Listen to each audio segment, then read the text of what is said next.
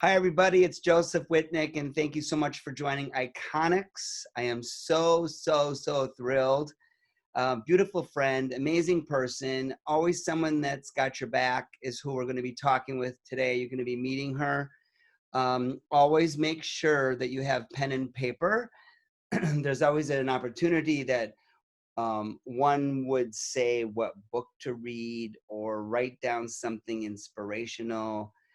But for the next hour, we're going to be talking to Sheri Doss, and I'm here with my partner, Chris Sorby, and I'm going to throw it off to Chris Sorby, and she will bring up the first question. So Sheri, love you. Thank you for being here. Chris. So I just want to fill you in on who Sheri Doss is, besides being an incredible lady who I have had the pleasure of knowing for many years. She is now the Vice President of Having a little bit of jerkiness. I don't know how are you coping with that in lockdown? What are you doing? Chris, I think what I heard you ask, there was a little bit of choppiness, but I think you asked me, how am I coping in lockdown and what am I doing? Well, to be very honest, this has been the busiest I have ever been in my entire life, which sounds impossible because I was pretty busy before, but it, from your experience at Redken and around Redken, that we have been really dedicated to helping grow education and touch the lives of stylists so that they can learn better, earn better, and live best for years. We have a certain system, if you will, of doing that, both the way that we facilitate, called principle-based facilitation, as well as the courses that we offer. And I would say, we've been sort of trying to perfect that over the last 20 something years. And in 2 months, we had to figure out how to do all of that online. And so, as you can imagine, that was really quite an undertaking with me and the team. That I've got a great team that I work with. They're so talented and inspirational, and came up with just really a good way for us to pivot. So I've been doing that, and then I decided that I was going to start up a club, and I do Club Sparkles on Saturday nights, usually at 6 p.m. my time, and I'm not sure why actually, but then I made this little video that I have. Not only is my job really busy, but I have 16 new jobs because I used to go out all the time. So now I'm the chef, I'm the dishwasher, I'm the house cleaner, I'm the manicurist, I'm the pedicurist, I'm the facialist, I'm the, I'm the launderer. I used to get my laundry out. It's like, thank you for all these amazing people who helped me actually just be in the world previously. But so those are the things. I didn't pick up no new talent, if you will, except just sort of taking care of the yard. I don't know. And how's the DJing going? It's going great. I have, I can spin you around. This is the luxury of being at home. So there's my little setup there. Wow.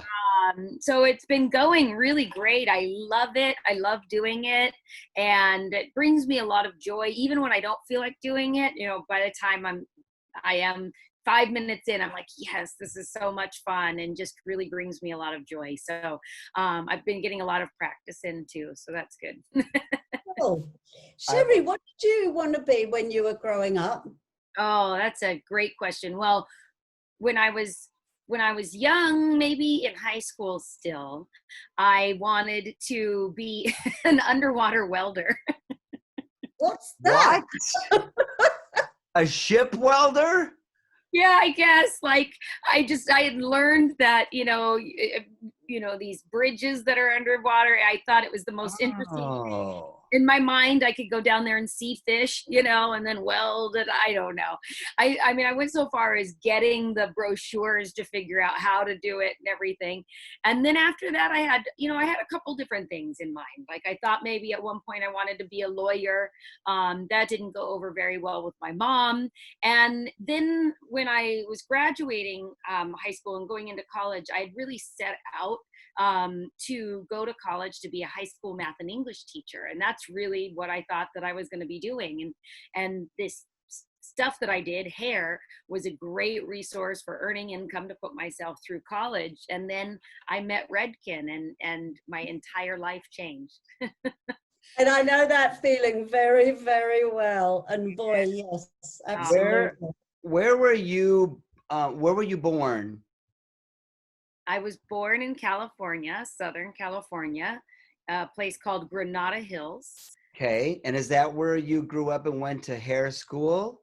I grew up in the Thousand Oaks area. So Thousand Oaks, Westlake Village, Newbury Park. And I actually went to beauty school at Simi Valley, adult school. So I went to a public school. My mom had gone there years before. So I thought, why not? And yeah, that's where I went. So you have hair in your bloodline? Yeah, my mom owned salons. So I mean, that's a long story, but my mom's my hero. And, she had a rough growing up, ended up quitting high school at 16, got married to my dad at 17, had me right after she turned 19, like she basically just a month or two after, and then had my sister 4 years later, and then my father died. So she was 24 with, a widow with 2 children, and she couldn't go back home, and went through life just trying to make stuff happen. She sold pots and plants on the side of the street just to put food on our table, and then ended up, in a roundabout, long sort of a way. She was hanging wallpaper during the day and going to beauty school at night. And so she went to beauty school. We were living in Simi Valley, and she ended up staying with the craft of doing nails, and but owned salons, on and off as I was growing up. And I thought I never want to do that. And here I am. Well, you know what? Yeah. When I would like to know this, because my world of being brought into Redken was back in the compass cutting days, when I was recognized by a salesperson who said to me, "You really need to do this audition for Redken." How did you bridge from salon, or who recognized you? Like, what was that bridge that brought you into this now world? Yeah, same thing. I have a huge passion for our sales consultants, because they have this high frequency of interaction with our stylists, and they can spot talent. They see so many different stylists. But I was not using Redken at first. I worked for Aveda as an artist, and at the time there was no color line, so I was using Goldwell. And Natalie Balker, she was a sales rep in the Westlake Village area. She was always super cool. Like, I really liked her, and dressed great, and come in all the time. And one day she came in and she said, "I have a deal for you." And I'm like, nobody wants to hear about deals. But she offered me 3 bottles of Color Gels lacquers for every 1 tube of Goldwell that I gave her. And I thought, that is a good deal. So I did the swap. And what I didn't know is about Shades EQ. And so I was taking our older Color Gels lacquers and pulling it through the ends, which, Chris Sorby, that is not That's what you're looking for. Yeah, it was so bad. So I called her and I'm like, "This stuff is terrible. I do not want to use Redken. Come bring me my product back, blah, blah, blah." So she came and she sat with me, because I basically ruined my first 3 clients' hair that I used because I wanted my color line back. And she sat with me and she explained how Color Gels Lacquers is based on the color wheel, and that there's this other thing called Shades EQ, which we weren't calling it the color mantra at the time, but now we know is the Redken color mantra. And she gave me a kit of Shades EQ, and then she said, why don't you use it till Friday? I'll give you your color. I'm going to put it in the back. And if you can, try to avoid that, and then go to this educational event on Sunday.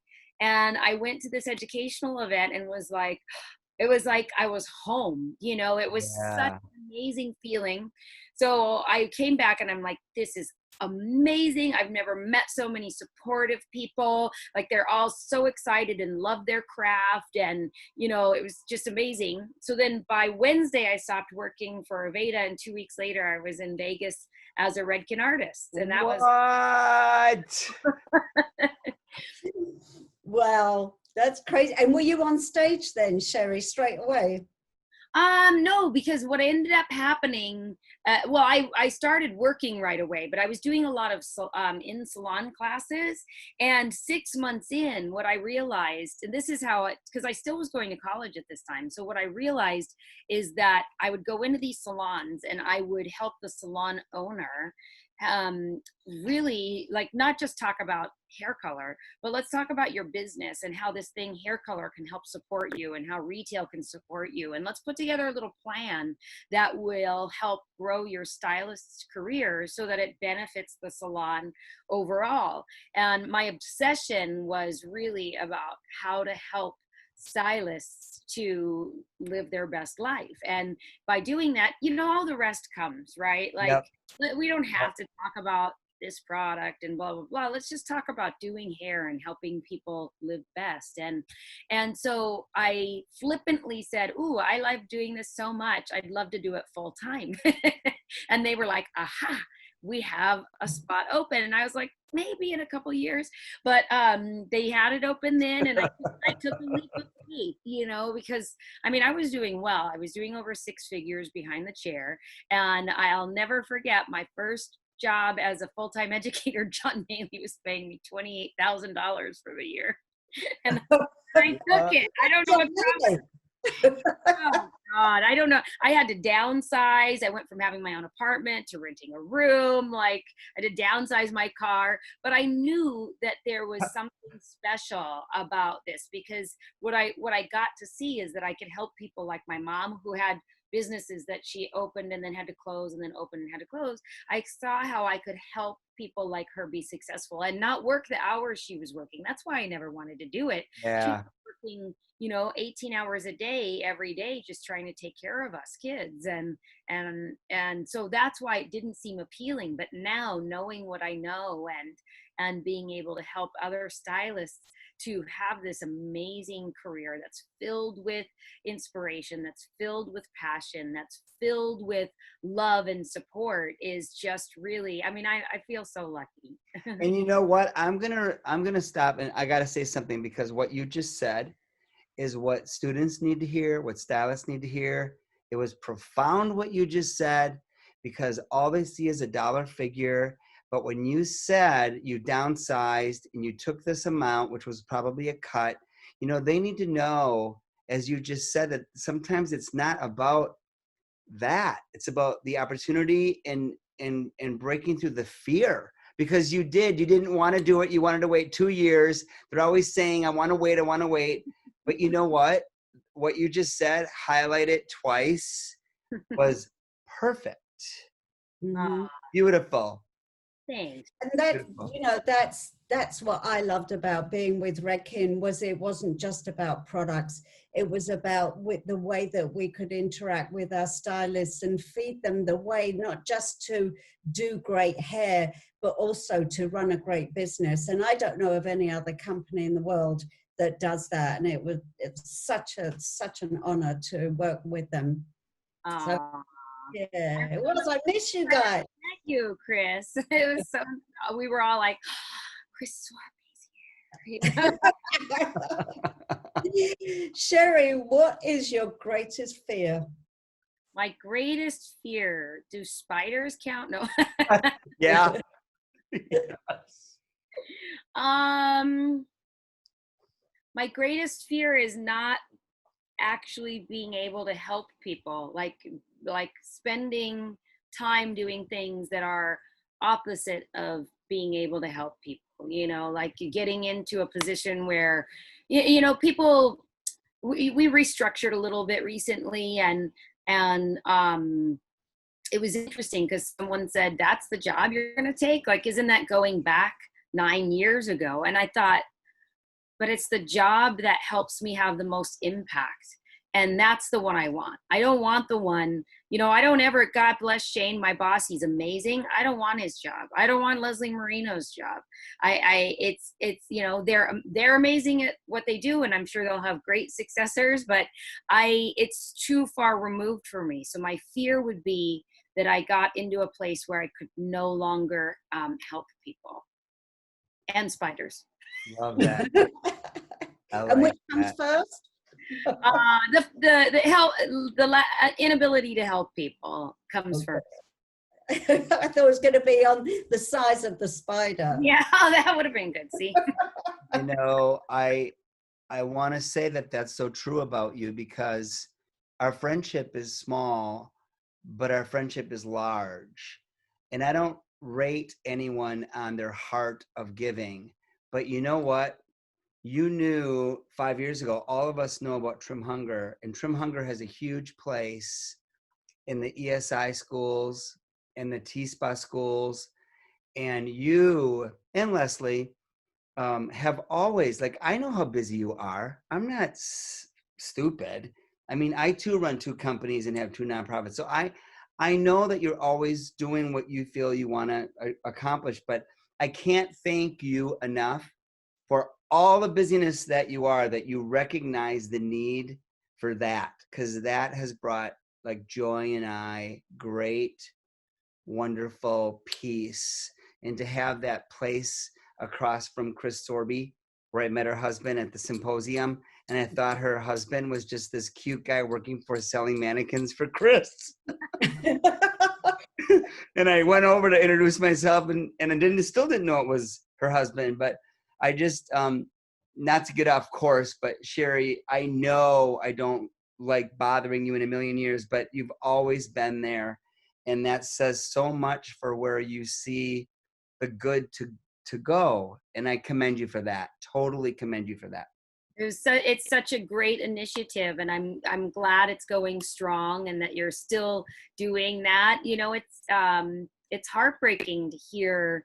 That was one of the challenges, even with the coronavirus here in America. I think, everybody knows that if you're an independent stylist, normally, unless you have your own LLC, you don't normally get government funding, unemployment, etc. And I had people, who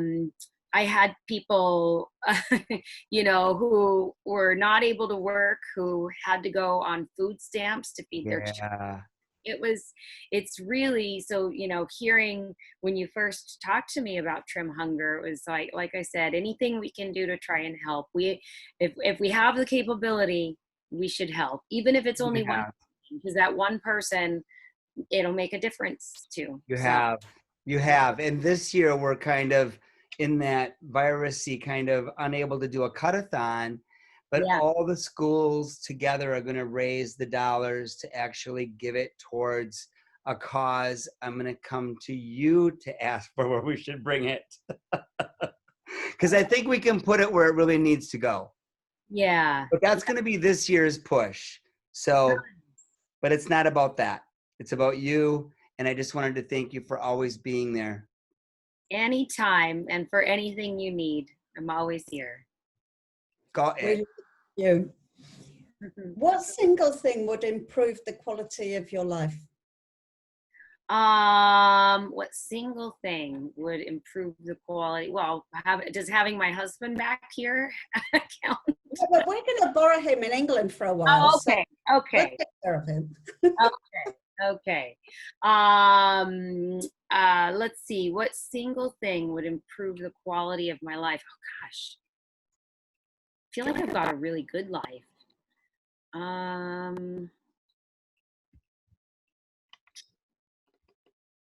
Yeah, I don't know. I have a really good life. I'm not sure that I would change anything. You know, there's little things I'm missing, and apparently Americans, we're not allowed anywhere. So I'm not going to be able to go see my husband, and I'm not going to be able to go see my mom in Costa Rica.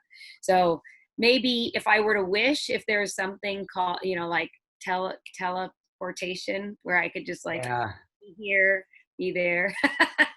Yes. That would improve my life. I can't believe that. Isn't that crazy that you can't hop on a plane and get over there and see him? Yeah. Yeah. And Would normally you move there? Would you move there then? No?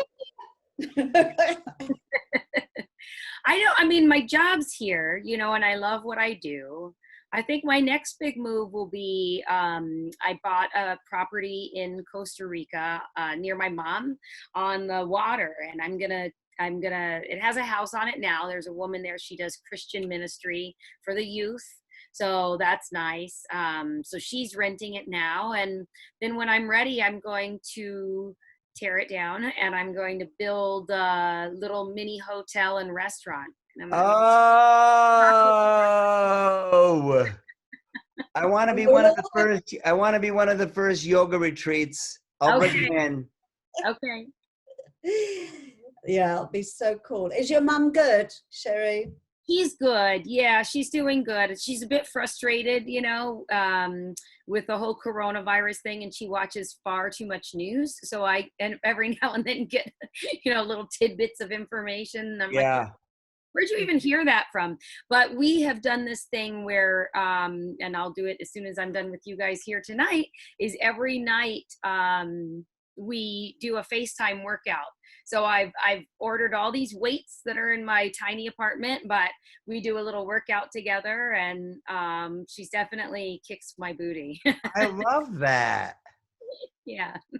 I love that. She's fit. So, what year, like once you got involved with Redken and then you moved from California, you moved right to New York? I lived in California till 2009, and then moved here in 2009 for the job. So, you know, I held various positions with Redken out on the West Coast. And then I had the last one for nearly, like 8 years. And it got predictable, you know, it was like, and I was, you know, I was a lot in meetings.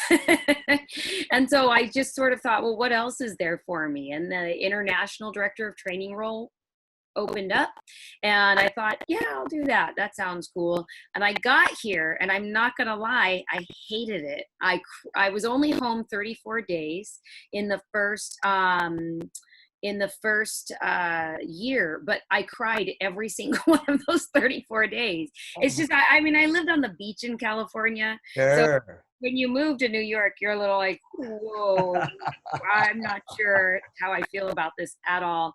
And I really thought that I was going to move back to California, but then I met Steve, and he had kids, and here we are still. And what does Steve do? What's Steve's career? Steve had found his career later in life, I would say. But Steve, if anyone ever, he hates when I do this, but he was actually signed to Island Records with a band that he was in, and toured all of Europe, and they toured all of America as well. And so, yeah, he was in this band, and then like all bands, you know, there was some fighting, and somebody quits the band, and that was Steve. So Steve quit the band and moved to New York, and really, to be very honest, he was the stay-at-home dad for a long time, and then he ended up that didn't work out, obviously, or I wouldn't be married to him. And he started to do sound design, audio recording, editing, and stuff like that. And he worked with Chris Barron for a while, and Lee Barron. Media. That's how I met him. He was actually doing the audio for hairdressers against AIDS that day. Everyone was running around the city and passing out pamphlets and stuff. So that evening I saw him and was like, he's cute, you know, and now he works with an a creative agency. So they're sort of in the middle of rebranding themselves, and so he works with this creative agency in Manchester now. So your lives were similar, sort of. Sort of, maybe. Yeah, sort of in the whole travel and music and Oh, yes, yeah, yep. yeah. That's cool. That makes it easier to travel sometimes. Yeah. Well, I think it's been a journey for us, because I think for him, he was like, "Hey, I like this one. I don't want her gone so much." Now I've actually been home more in coronavirus than I was the entire year last year, and ironically, he's not here. Oh, dang it. Crazy. You know what though? I mean, honestly, I'm on Teams meetings all day long, Zoom meetings, etc. Like literally from morning till night. And our apartment's tiny. It's 400 square feet. So at the first week when we were here together and working, he was here in the living room and I was working in the kitchen. And I walked by to go use the restroom and he had his hands like this. And I was like, "Is everything okay?"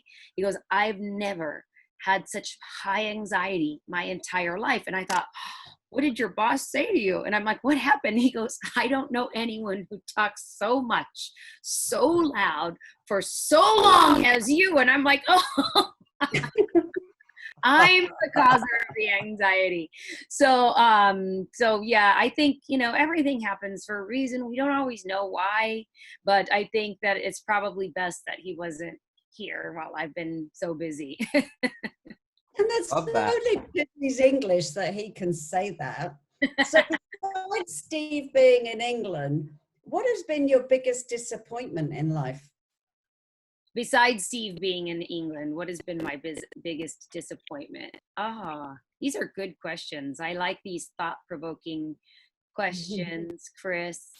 I think that I would say that my inability to understand that I needed to save and sort of invest in my future at a younger age, I think that disappoints me. Is that so myself, I would say, is that, I wish that I had, I don't know what I spent my money on. Frivolous things, I think, but I didn't buy a house. Well, we bought a house upstate a couple years ago and we sold that. I had a house in California, but it's like I was able to save and pay off a house in Costa Rica by really dramatically changing some things, but they weren't insurmountable. And so why was I not doing stuff like that, or and helping more people? Yeah. You know what? I know those So feelings. if you Not to sorry, interrupt you, but I think that Sheri, just understand that the one thing I'm learning at 59 now is that too. Bought too many shoes probably, and Joy was always mad at me for that. But when you truly think about it, no matter, I mean, the gift that you have now is a valuable gift and it's not ever going to stop. And you've got books to write and you've got motivational speaking to do to students that are going to constantly be coming. So don't think you've hit that end of the road yet of finances, because trust me when I say this to you, I'm learning that there's a whole other fence to cross that is going to bring abundance. And you're definitely one of those people. Motivational for real. Anyway, sorry, Chris. I just had to let her know that because I know that feeling. No, and I was just going to say, Sheri, that's such a valuable lesson to have in your back pocket, because that's how you can help others. That's how you can share those thoughts and, the woulda, coulda, shoulda situation. Whereas when we're young, we don't realize that there's going to be a day when we're not earning money anymore, or, this corona situation. I mean, this is a global situation where people are losing their jobs, or they won't even when the salons reopen everywhere, how can we possibly work under those sort of conditions and make the money that we were making? So Exactly. it's not even possible. So how can we rearrange those things? How can we learn to live in such a way where we still have a great life, but we don't need to necessarily spend money to do that? And that's where I think the lessons are. And this generation of hairdressers that are in salons now, yeah, it's going to be hard. It's going to be hard, and some might want to give up. But in the grand scheme of things, the cream always rises to the top. And if they can hang on in there and learn how to manage things and educate themselves more, and I hope that they were all doing that during pandemic, because the stuff that Redken was putting out was just phenomenal. And if you were at home for like 8 weeks, shame on you if you pick up mannequin heads and learn. So as soon as you are ready to go back, you're equipped with new stuff to excite your clients. You know, I commend you, young lady. I just interviewed one of my students that I'm not even going to tell you. I mean, I'm hiring him on the spot. And when I saw him cutting dry hair like I saw, my teachers, my educators are all great because they're all taught by, you know, the best educators. But the students, some of them don't get it yet. But this young man, I felt like I was watching someone that was interviewing like after 3 or 4 years out of school. And when I said to him, where did you learn that? And he said to me, through the virus. I've been looking at all the Redken videos that have been sent to us. So all the work that you're doing and anyone else in your team, I'm going to say it, holy shit. I mean, they got way more than what they paid for. Yeah. Oh, that's nice. I'm glad it was useful and meaningful, and that they got something out of it. That's great. Totally. That's great. Totally. It's great, but it doesn't take away from that hands-on, having someone standing behind you at the Redken exchange saying, know. Your body, or if you lift your elbow up, you're going to get a much better line. And that's the only downside about online learning, is that it doesn't give you everything. You need that guidance from someone standing next to you, because it's like a ballet. Yeah, for sure. You know, that hands-on education will never ever go away. Rock on the exchange. Yes, Yeah. I know. Sherry, are you going to give us kind of like a sneak preview, or can you not say anything about what could lie ahead in the future with, you know, the Redken exchange and classes and certain students that want to go? And, you know, I mean, I know it's premature and it's too soon and I don't want to get you in trouble, but is there something inspiring to know that is not going away permanently? No, of course, education is definitely not going away. So we are reinventing everything, as we should, to make it more meaningful. What we did learn is that, you know, online education used to be about watching videos, right? And there's only so much that you can do when you're watching videos. But and quite frankly, all of us were a little like, you can't teach a class remotely, and the stylists are like, we can't take a class remotely. But what we learned in the coronavirus during this time is that you can, and you can do it successfully. And so how do you take, and it's no longer scary, right? Because they had to jump in and get their education somewhere. So now they've experienced online remote learning. And so how do we take that experience and sort of, you know, augment it with the face-to-face learning? And what is that going to look like in the future? So, you know, and how can we touch more people? Because what's always been prohibitive, even at the Redken Exchange, is that it's quite costly to get there for our friends, you know, maybe in other countries. It's really costly for them to come. And it's a long time. The programs are a long time. So what we are reinventing, and we're going to be launching it in September, is the online offline journey of all of our pillar programs. So specialist program used to be 4 days live. So how I came to Redken.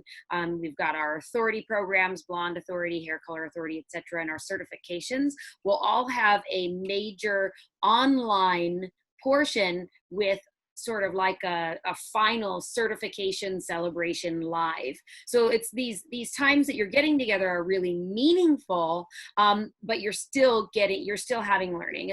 And the way that we're doing that, I don't know if it's supposed to be a secret or not, but it's education, so it'd be my own secret, is is that we have access. So the L'Oreal Professional Products Division has an app called Access, which is all online learning, and you can take sort of e-learning where it's interactive, you're asked some questions, etc.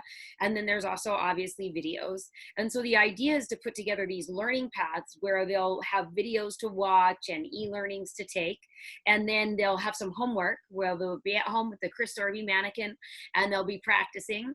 And then we'll have a live remote class session where the facilitator then will have the opportunity to coach the students, and then they'll get some more homework. So this will be repeated maybe like 4 weeks or 4 months, however each country decides to launch that. And then it will end with a live certification where everybody can get together.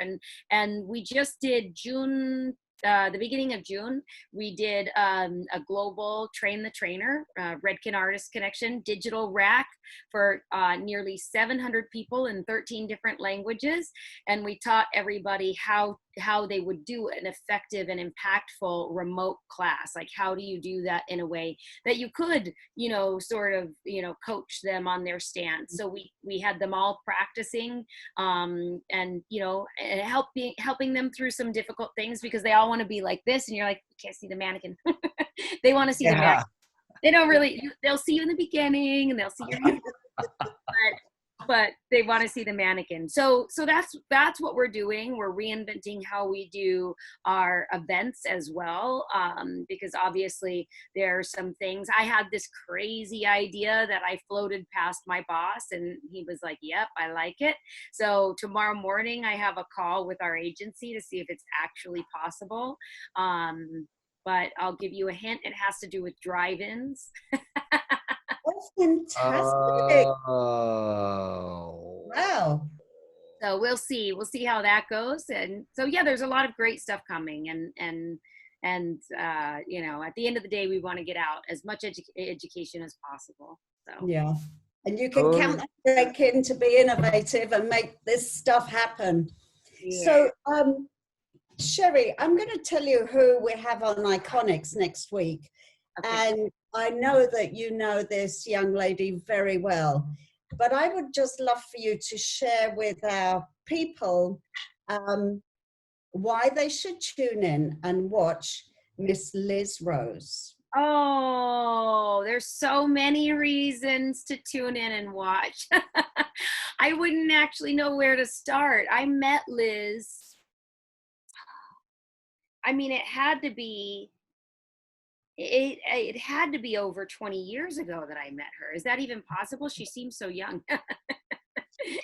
So yeah, we met over 20 years ago. I was still in California, started working together. I think she was super young then, just really trying to find her way, if you will, find her voice, she was doing a lot of great shadowing of some artists, some of the Redken artists that were out there. But then she took a little time away, I remember. And when she came back as if she had gone through this amazing experience whereby she cleansed off any of the old beliefs that she had about herself and just emerged as really, I am Liz Rose. And she is amazing. I love her. You have to tune in and watch Liz Rose on next week's iConixxx, because you are going to be inspired. You'll laugh, you'll cry, you'll jump for joy, and she's going to take you there. And you'll learn Love a lot. That. Yeah. I want to be there, Chris. Well, you know what? That's funny you say that, because you're going to be. Nice. Got front row seats. Front row seat with Liz. Yeah. Nice. Cassie, I think I saw a question come up from our audience. So do we have one, or did I? Yeah, I see one. Can I just say it? Yeah. Sheri, what's your favorite karaoke special? Oh, I don't love. know. I don't know. Would you want to share that with me? Because I don't really know what that meant. Well, I'm taking it as, what is it that I like to sing when I go I karaoke? think so. I think so. Yeah. Well, I'll sing just about anything, but it doesn't mean you'll like it. But I'll sing it. I actually like to sing. I like to sing Fever, and I like to sing Black Velvet. Oh, there you go. Right? That's nice. Yeah, that's nice. Do you do any more cutting? I do. I am the resident hairdresser at the office, so I cut Love it. various office friends, which basically right now they're like, hello. I'm like, yes, I get it. You have to wait like everyone else. That's good. So you can actually in the New York area that you're living in now. Are you in Manhattan? I am. Mm-hmm. So can you leave for a bit? Well, wouldn't know where to go. So your office is not open. They're opening this week, so I'm supposed to go Oh. tomorrow. I'm having a little bit of interesting feelings about it, because I've been used to just, my commute is 7 steps. Coffee shop is right there. Yeah. So does So everyone get to come back tomorrow? no, we're at max 25% capacity. So we've had to split ourselves up into 4 groups. I'm with 2 of the groups. I don't really know how that works, but I'm with 2 of the groups. So I'll go tomorrow, and then I'll go Wednesday. I've got Thursday and Friday off, which I'm sort of grateful. It's a little week, a short week, so that way I can just test it out and get myself used to the whole routine. I have the dog too, which I'm not used to having, but my husband couldn't take her because they don't accept. It's not a widely they don't really accept dogs. Chris knows they don't accept dogs in England in rental apartments. So I've got the dog. I don't, I've got to take her to the office. That's a whole experience for me. So, so yeah. So tomorrow I'm supposed to go back, and then I'll have the next week I won't go, and then I'll go back for another week. I don't know what I would do actually. I think that's a good sign, though. To me, that's a good sign. Yeah, I hope so. No. I hope Yeah. so. Things are opening up. Can I see Houndy? I miss her. Of course, she's always right here. This is my favorite dog in the whole world. Oh. It's a little terror. She's like a beast, hound beast. Houndy, Yeah. that's so cute. I miss my Houndy. Oh, But Sheri, please give my love to everyone at Redken. I miss you guys so much.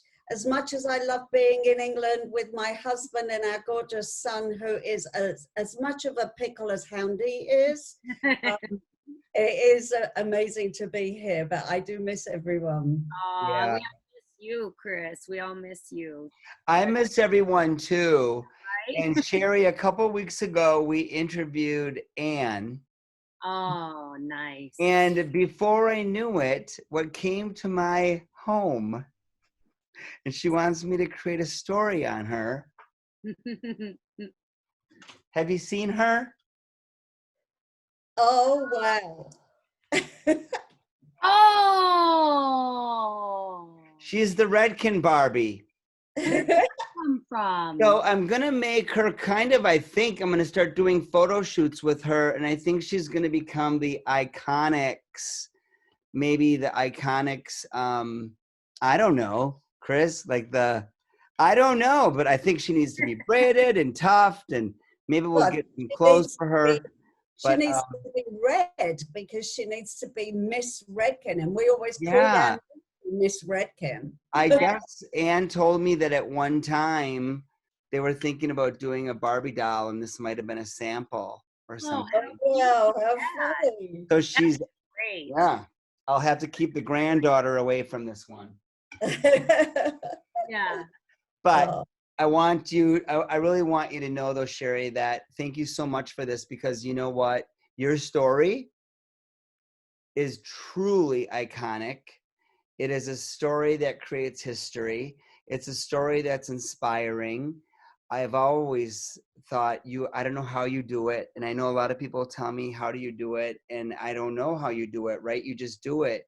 But you are a one of a kind, and you are loved by all. And I just am so flattered that you said yes to us and would come on here. You're now in history. You're now in the documentary books. And rest assured, like I said before, I think it's really important. Some of the things that you said should be heard in the school setting. And I'm going to make sure that Carrie gets this to all the academies. And just you take care of yourself, because you're a valuable player in life. And I have one more thing. Where the hell did you get the eyeglasses with the mask? The eyeglasses with the mask. Did you have a mask that had built-in goggles? Oh, Jeremy and Pascal? the mask is from Jeremy and Pascal, and they have all sorts of masks on their website that they sell, so anyone can get them. Loads of different colors. I usually do the silver, and then the glasses are separate. They just happen. What happened is the restaurant on the corner here, they are allowed to serve food outside. Well, not really. They weren't, and then now they are. And they were serving drinks like right out the front door. And so they asked me if I would come and DJ. So I go and I set up on the street and I DJ, but of course I need to have a mask on. So. Oh my Oh, God.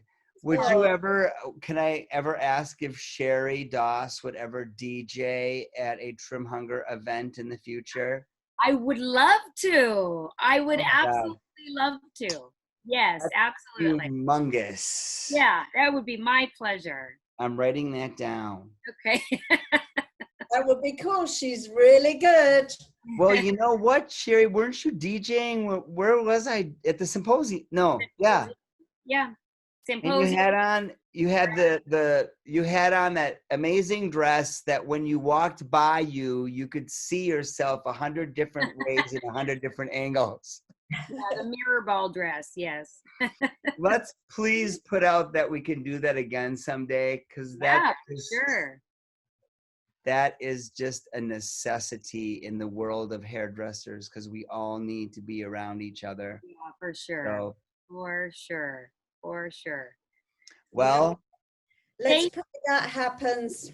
Yes, we're gonna make sure we get together for sure. Thank you so much for having me. I was honored that you asked me to come and share with you anytime during coronavirus, during the lockdown. I did several classes with different schools, and the students all joined and asked me questions and stuff. I'm happy to do anything that you need. I'm writing that down. I am. Yeah. That would be wonderful. A wonderful beginning to you really getting into the hearts of these young kids that are going to be the new future. They are. And the kids today are, some of the things that they're doing are amazing. I won't announce them here because I think they're probably too political to announce here, but the way they're making change and from the ground up using their social media is just super admirable. Like what I see my 17-year-old doing, she's they're forces to be reckoned with. And Chris, you and Andy's son is right there too. I'm sure it's just, we're lucky. He's only 8. He's only 8 years old, but he's going to be the best YouTuber in the business. Yeah. And he's so he loves debates, so he could be the prime minister. Very good. I like it. He could have a YouTube channel where people would go on and he could have debates with them, and then you could just watch it. Why not? People watch us. do that now. Yeah, you should, because actually they'll tune in more to watch an 8-year-old debate these adults. You know what I mean? I think it'd be great. Yeah. Yeah, don't tell them I said. I don't know, unless you want to help. I think it'd be amazing. People pay this lady to watch her eat crab legs. I'd rather watch an 8-year-old debate somebody's socks off. And they're so pure. I mean, they're so honest. They're so pure that it is what it is, and it's great energy. I think that's I love that. I love that idea. Send me the link when it happens, because I'll be tuning in. All right, Sheri, I have a couple other things. I mean, iConixxx is obviously going to grow into, I don't know, but I'm feeling that as everyone gets involved and everyone's loving this whole concept, I really feel like it's going to somehow turn around and come back as some kind of an educational platform for sure.